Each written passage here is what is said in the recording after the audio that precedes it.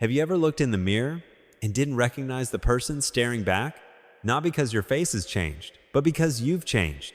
You've drifted, lost track of who you are.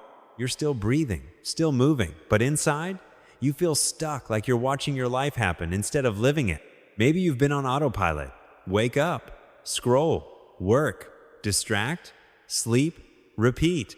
And somewhere along the way, you stopped feeling alive, stopped dreaming, stopped fighting.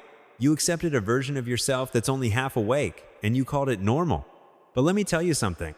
That fire inside you, it's not dead. It might be quiet now. It might be buried under guilt, fear, laziness, regret. But fire doesn't just go out on its own. It dies when we stop feeding it. And right now, you have two choices. You either fuel it or you let it die. See, the man who chooses comfort over growth is not free. He's just building a prettier prison for himself. He watches time slip by. He lowers his standards.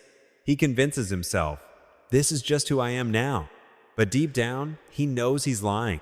So let me ask you, when was the last time you truly challenged yourself?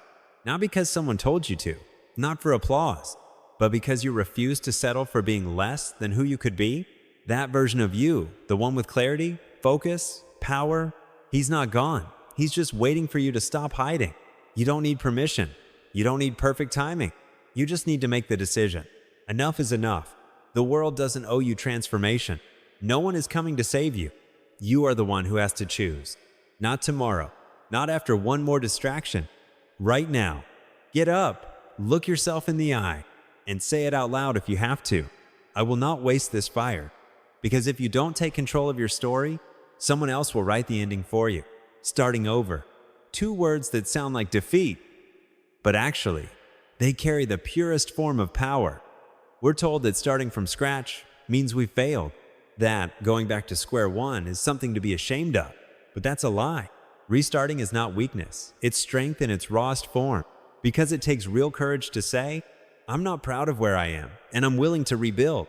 Most people stay stuck because they fear being a beginner again. They fear looking lost, making mistakes, or not being perfect. But here's the truth. Only the humble can grow. Only the brave can restart. There's a quiet kind of power in the person who says, everything fell apart, and yet I rise. The Roman philosopher Seneca once said, difficulties strengthen the mind, just as labor strengthens the body. And he was right. You can spend years building a version of yourself that looks successful on the outside. But if it wasn't built on truth, it was always going to collapse. So when life tears it all down, don't panic. Use it. Use the ashes of what was broken to lay a better foundation. This time, not for the person you thought you had to be, but for the person you were meant to become. Let me ask you something. What if your greatest story doesn't begin with success, but with destruction? What if the moment you thought was your downfall was actually the starting point of something legendary? Every myth, every hero, every transformation, it starts with loss. It starts with being stripped of everything that was easy, familiar, and false. Because when the comfort is gone and the mask comes off, that's when you find out who you really are. The unbreakable are not those who never fall. They are those who get up again and again, each time stronger, wiser, and more grounded. So if you're facing a reset, don't resist it. Own it. Stand like a warrior at the edge of the unknown, not with shame, but with pride. Because this isn't the end. This is your rebirth. The question is not, why did I fall? The question is, who will I become now that I've risen?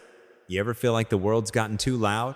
Like no matter how hard you try to stay on track, there's always another notification, another headline, another distraction pulling you away?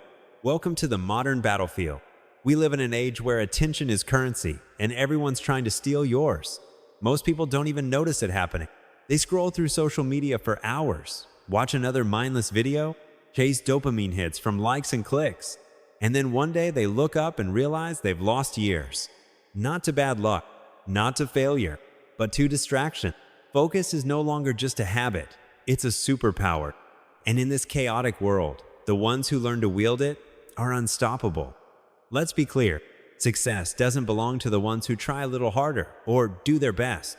It belongs to the ones who become obsessed with their purpose, who eliminate everything that doesn't serve it, who treat discipline not as punishment, but as freedom, Because freedom isn't doing whatever you feel like.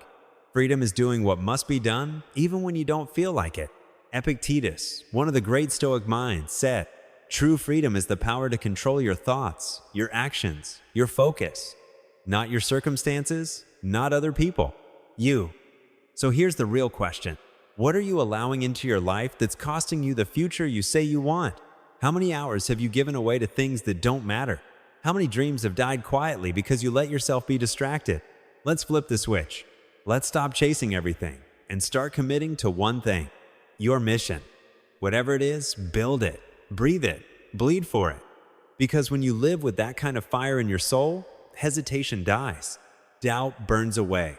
You become someone who moves with clarity, with conviction. Imagine waking up every day and knowing exactly what matters, and refusing to give your energy to anything else. That's what high performers do. That's what warriors do. That's what legends do. They don't chase, they focus. So don't waste your power on what's trivial. Silence the noise. Return to your mission. And let everything else burn. Let me ask you something. How many people in your life actually bring you peace? And how many silently drain you of time, of confidence, of energy? See, not every distraction in life comes from a screen. Some wear a smile. Some call themselves friends. But the truth is, some people aren't just distractions, they're destroyers. They don't just waste your time, they chip away at your self-worth. They question your dream. They pull you back every time you start to rise. And here's what nobody tells you early enough. You don't owe anyone access to your mind, your heart, or your energy. Not everyone deserves a seat at your table, especially when they're the ones feeding off your spirit. One of the greatest forms of self-respect is learning to say, "I don't need this energy in my life," and walking away without guilt, without drama, without explanation. It's not about being cold. It's about being clear, because energy is your most valuable currency. More than money, more than time. You can't build greatness on empty. When your energy is gone, your focus slips. Your discipline weakens. Your mission fades. So protect it like your life depends on it, because it does. Set boundaries. Say no more often. Stop explaining yourself to people who never intended to understand you in the first place. You are not a dumping ground for other people's chaos. You're not here to rescue everyone while drowning in your own exhaustion. And you're certainly not here to shrink so others feel more comfortable. Some relationships expire. Some connections were never real to begin with. Let them go. It's not your job to carry people who refuse to walk. You're building something real. You're rising. And that requires fuel, not friction. So the next time someone makes you feel smaller, doubted, or drained, remember this. You have the right to guard your space. You have the right to protect your peace. And when you do, when you defend your energy with ruthless clarity, you become unstoppable. Not because life got easier, but because you stopped letting the wrong people hold the keys to your power. Let's be honest. Most people wait for motivation. They wait to feel ready. They wait for the perfect mood, the perfect moment, the perfect Monday. But here's the truth no one wants to admit. Motivation is weak. It's emotional, fleeting, unreliable. It comes and goes like the weather. And if you build your life around your feelings, you'll never build anything worth keeping. You want strength? You want transformation? Then forget motivation. Choose discipline.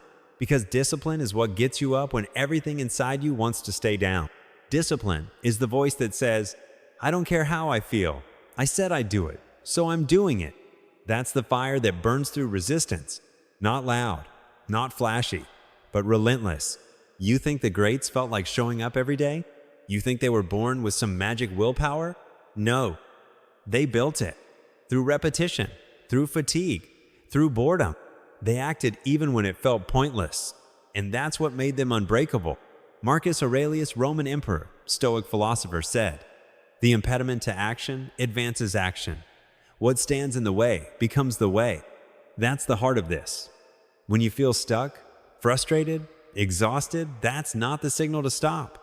That's the moment to lean in, because the obstacle is the path. Every time you act without waiting for the perfect feeling, you're not just getting something done, you're forging character. Every rep, every hard decision, every early morning, they're not just tasks. They're votes for the kind of person you're becoming. Do it long enough, and one day you'll realize you no longer need motivation, because discipline has become who you are. So stop negotiating with your feelings. You don't need to feel like it. You need to move. Now, and again tomorrow. And that, right there, is how greatness is built. Brick by brick, one disciplined act at a time. Let me say this as clearly as I can. No one is coming to save you. There is no rescue party, no magic sign, no second chance, just waiting around the corner. This, right here, this is the moment. You are standing at a crossroad. One path leads to a quiet collapse. The slow fade, the life where you keep repeating the same patterns, hoping somehow things will change on their own. But they won't, because nothing changes until you do.